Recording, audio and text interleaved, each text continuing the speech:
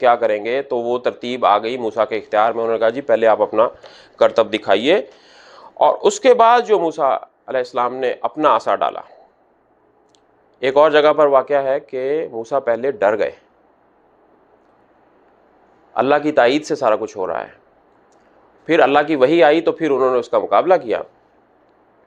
اور جب موسیٰ نے اپنا عصا ڈالا تو باطل باطل ہو کر رہ گیا اور حق حق ثابت ہو گیا. فغلبوا هنالک وانقلبوا صاغرین. اور جو جادوگر تھے اور جو وہ معاشرہ تھا وہ ان کو اپنے منہ کی کھانا پڑی اور وہاں پر وہ ذلیل ہوئے. وَأُلْقِيَ السَّحَرَةُ ساجدین. اور اللہ کی طرف سے ایسا جو ہے وہ ان کے اوپر روب طاری ہوا کہ جادوگر سجدے میں گر گئے. اس چیز میں ہمارے لیے ایک اہم نقطہ ہے یہاں پر، دنیاوی علم. دنیا کا جو علم ہے وہ بہت اہم ہے ایک مومن کی رہنمائی کے لیے. جادوگروں کے پاس دنیا کا علم تھا، اپنے فن کا، پیورلی ورلڈلی نالج، دین کے ساتھ اس کا کوئی تعلق نہیں. اور اس مجمع میں جتنے لوگ بھی تھے، آپ نے سورہ جو ہے وہ یونس میں بھی اس واقعے کو ہم نے پڑھا ہے کہ لوگ آپس میں شہر میں گفتگو کرتے تھے کہ جشن کا دن مقرر ہو گیا، کیا اس میں چلو گے؟ تماشا دیکھنے کے لیے پوری سلطنت سے لوگ آ رہے ہیں اور دربار لگا بیٹھا ہے، اور موسیٰ اور فرعون اور اس کے جو سردار ہیں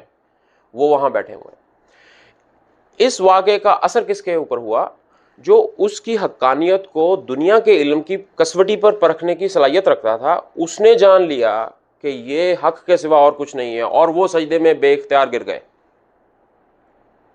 یہاں پر ہم دیکھتے ہیں کہ اس دنیا میں اس کتاب کو ہم مسلمان ہم پڑھتے ہیں، کیا یہ اللہ کا کلام ہمارے اوپر اسی طرح سے اثر کرتا ہے؟ یہ سوچنے کی بات ہے.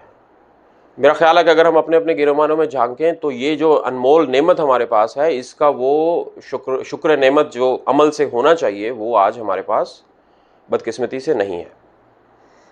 چند مثالیں آپ کے سامنے، دو مثالیں رکھتا ہوں وقت کو ملحوظ رکھتے ہوئے. ایک ہے پروفیسر کیتھ مور، اس کی مزید تفصیل ڈاکٹر ذاکر نائک کی گفتگو میں بہت زیادہ ملتی ہے. وہ کینیڈین ایمبرولوجسٹ ہے، عصر حاضر کا ٹاپ کا ایمبرولوجسٹ کینیڈین انسان ہے، اور اس کی جو ہے وہ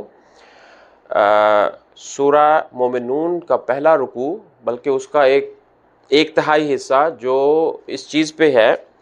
کہ سورہ مومنون میں اللہ تعالیٰ فرماتے ہیں وَلَقَدْ خَلَقْنَا الْإِنسَانَ مِنْ سُلَالَةٍ مِّن طِينٍ وَجَعَلْنَاهُ نُطْفَةً فِي قَرَارٍ مَّكِينٍ ثُمَّ جَعَلْنَا النُّطْفَةَ عَلَقَةً وَعَلَقَةً مُضْغَةً عِظَامًا وَكَسَوْنَا الْعِظَامَ لَحْمًا ثُمَّ أَنشَأْنَاهُ شَكْلًا آخَرَ تَبَارَكَ اللَّهُ أَحْسَنُ الْخَالِقِينَ. اب پہلی آیت میں تو اللہ تعالیٰ کہہ رہے ہیں کہ سلالہ سے انسان کو پیدا کیا، یعنی کہ تخلیق جو مٹی سے ہوئی، سلالہ مٹی سے. اور پھر دو آیتوں میں 13 اور 14 میں اللہ تعالیٰ نے اس دنیا میں جیسے انسان تناسل کے ذریعے اس کی نسل آگے چلتی ہے اور وہ مولود کی صورت میں پیدا ہوتا ہے وہ بتایا گیا. اور اگلی آیت کا ترجمہ یہ ہے کہ پھر کھڑا کر دیا جائے گا بنا کے اس کو انسان قیامت کے روز اکاؤنٹیبلٹی کے لیے. اب اس دنیا کا نالج ہمیں جو آیت نمبر 13 اور 14 کے اوپر تو متفق ہے سارے، اور پروفیسر کیتھ مور کا میں نے نام لیا، اس بندے کے رونگٹے کھڑے ہو گئے، وہ حیران رہ گیا کہ یہ دو آیات میں انسان کی تخلیق اور اس کی ولادت کا جو نقشہ اور جو سٹیجز بیان کی گئی ہیں، اب تک کی ماڈرن سائنس اپنی پوری ترقی کے باوجود اتنی جامع تعریف نہیں کر سکی. وہ کہتی کہ ہمارے والیومز کے والیومز جو یونیورسٹی میں پڑھائے جاتے ہیں، یہ دو آیات ان کے اوپر بھاری ہیں. اور اس نے، میں آپ کو انوائٹ کروں گا کہ آپ یوٹیوب پہ جا کے پروفیسر کیتھ مور کو سرچ کیجئے، 10-12 منٹ کی اس کی ویڈیو ہے جس میں اس نے اپنا سنتھسس پیش کیا ہے، اور اس نے کہا ہے کہ ان دو آیات کی روشنی میں اور میرا دنیاوی علم جو ہے اس کی روشنی میں کہتا ہوں کہ یہ قرآن ورڈ آف گاڈ ہے. اب دنیا کے علم نے جب آیت نمبر 13 اور 14 ہمیں سمجھا دی تو 12 اور 15 کیوں نہ سمجھ آئے گی؟ سائنس خاموش ہے کہ انسان مٹی سے کیسے بنا اور مرنے کے بعد کیسے کھڑا ہو جائے گا، لیکن دنیاوی علم نے جب اتنا مضبوط ایک انسان جو ایک لادینیت کی سوسائٹی میں رہنے والا اور غیر مسلم اور ساری زندگی اس پہ گزارنے والا اور اپنی 60s میں آ کے وہ اس انالیسس پہ پہنچ رہا ہے کہ یہ ورڈ آف گاڈ ہے، تو آیت نمبر 12 اور 15 بھی اسی میں شامل ہے۔ جو میں بات واضح کرنا چاہ رہا ہوں کہ دنیاوی نالج، دنیا کی سائنس کا نالج ہمیں اللہ کے قریب لانے کے لیے جو ہے وہ مددگار ہے، جس طرح سے جادوگروں کی اس نے مدد کی اور پورے مجمع میں کسی کے اوپر اس کا اثر نہیں ہوا، دنیاوی علم نے ہی ان کی مدد کی کہ وہ حق کو پہچانے۔ ایک مثال اور لے لیتے ہیں، تھوڑا اختصار کروں گا، وہ ہے مورس بکائل، نام سنا ہوگا آپ نے۔ جریر میں اس کی بک جو اس نے بہت تہلکہ مچا دیا تھا اس وقت موجود ہے، Quran and Bible and modern science, 15 ریال میں اس وقت جریر میں یہ کتاب انگلش میں ہے، موجود ہے۔ اس کے اتنے ترجمے ہوئے ہیں اور اتنے اس نے بیسٹ سیلر کے ریکارڈ توڑے ہیں پوری دنیا میں، اگر وہ ہم صرف وہی دیکھ لیں تو ہم اس کتاب کو جاننے کے لیے بےتاب ہو جائیں گے کہ اس کے اندر ہے کیا۔ اس شخص نے جو ٹاپ سرجن تھا فرانس کا، اس کو چنا گیا ممی کی جو ہے وہ اس نے انالیسز کیا فرعون کی ممی کا۔ فرعون تو بہت سارے ہیں، جس فرعون کا اس میں ذکر ہے جو پانی میں ڈوب کے مرا تھا، اس کا اس نے انالیسز کیا most modern and precise technology استعمال کر کے، دن رات ایک کر کے وہ اس نے جب اپنا نتیجہ اخذ کیا، اس نے کہا جی یہ فرعون طبعی موت مرا ہے پانی کے اندر، زندہ حالت میں غرق ہوا ہے پانی میں اور مرا ہے اور پھر باہر نکلا ہے، اور یہ اس وقت اس کی لاش موجود ہے اور ممی فائڈ نہیں ہے اس کی لاش۔ وہ جو جسم کو خالی کر کے اس میں کیمیکلز لگا کے انہوں نے ممیز کو محفوظ کیا ہوا ہے، باقی فرعون کی لاشیں، یہ لاش ممی فائڈ نہیں ہے۔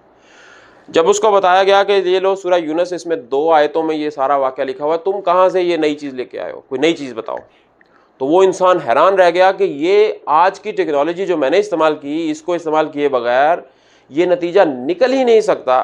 کہ یہ اس کی موت کیسے ہوئی اور اس کی جو ہے وہ پانی کے اثرات ہیں اس کی باڈی میں اور سارا کچھ۔ اور اس بندے نے مجمع میں کھڑے ہو کے کہا کہ وہ عیسائی بیک گراؤنڈ سے، 50s کی اس کی ایج، ٹاپ کا سرجن، اپنی پروفیشنل لائف کی جو ہے وہ پیک انجوائے کر رہا ہے،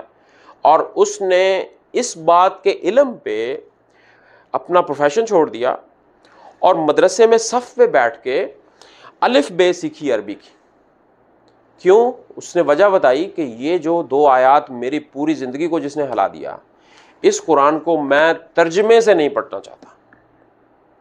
اس کو میں اس کے حقیقی کریٹر کی زبان میں ڈائریکٹ کمیونیکیشن سے پڑھنا چاہتا ہوں، کیونکہ مترجم کی آنکھ سے وہ چشمہ لگ جائے گا۔ اب میں نے یلو چشمہ پہنا ہو تو میری ساری چیزیں یلو نظر آئیں گی، گرین پہنا ہوگا تو ساری گرین پہن نظر آئیں گی۔ مترجم کے پاس بھی ہو سکتا ہے چاہتے یا نہ چاہتے ہوئے اس کی زندگی کے کچھ خیالات ہوں جو ترجمے پہ اثر انداز ہو رہے ہوں۔ تو اللہ تعالیٰ نے جو کلام جس زبان میں اتارا ہے وہ لٹریچر کی ایک اعلیٰ مثال ہے۔ ترجمے سے شعر، ایک چھوٹا سا شعر ہو، اگر اس کا اگر ترجمہ کریں، ہم جب اسکول میں پڑھتے تھے اس شعر میں شاعر یہ کہنا چاہتا ہے کہ وہ سارا مزہ کرکرا ہو جاتا ہے شعر کا تشریح کرتے ہوئے، ہوتا ہے ایسا کہ نہیں ہوتا؟ تو پھر اس قرآن کو ہم مسلمانوں نے جو غیر مسلم پہ اتنا اثر انداز ہو رہا ہے تو ہم پہ کیوں نہیں اثر انداز ہوتا؟ یہ بھی ڈاکٹر اسرار کہتے ہیں کہ انگلش تو اتنی پڑھ لی کہ انگریزوں کو پڑھا سکتے ہیں، اور فزکس اور بایولوجیز میں پی ایچ ڈی کر دی اور پتہ نہیں کیا کچھ کر لیا۔ تو یہ جو چیز غیروں کو ہلا کے رکھ دیتی ہے اور ان کا پروفیشن چینج کروا دیتی ہے، یہ ہمارے معاشرے پہ اس طرح سے اثر انداز آج کیوں نہیں ہے؟ آگے بڑھتے ہیں، نتیجہ خود ہی ہم اخذ کر رہے ہیں، میں اس پہ زور نہیں دے رہا کہ اس سے اب ہمیں کیا کرنا چاہیے، آگے ہمارا ایکشن پلان ہمارے سامنے کیا ہونا چاہیے، وہ ہمیں خود انالیسس کرنا ہوگا اس کا۔ اچھا آپ دیکھیے، جب باطل غصے میں آتا ہے تو وہ اپنی چالوں پہ خود کیسے پھنستا ہے مزید۔ اب یہ دیکھیے، اب وہ جادوگر تو تھے جگلر پرسنالٹی کے، پہلے جب آئے تھے تو وہ تو انعام کے لالچ میں کام کر رہے تھے۔